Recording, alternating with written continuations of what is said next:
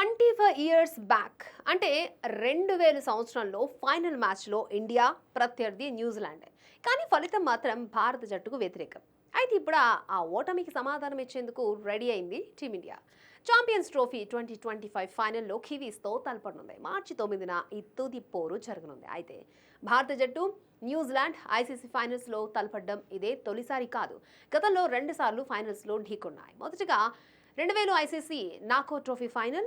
ఈ పోరులో భారత్పై న్యూజిలాండ్ విజయం సాధించింది.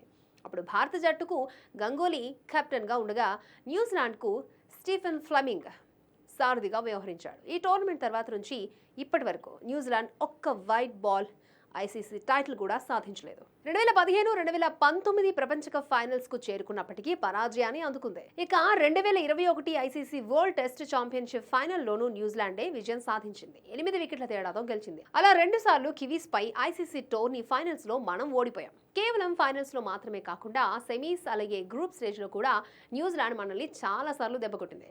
దీంతో ఈసారి ఎలాగైనా గెలిచి ప్రతీకారం తీర్చుకోవాలని భారత జట్టు పట్టుదలతో ఉంది.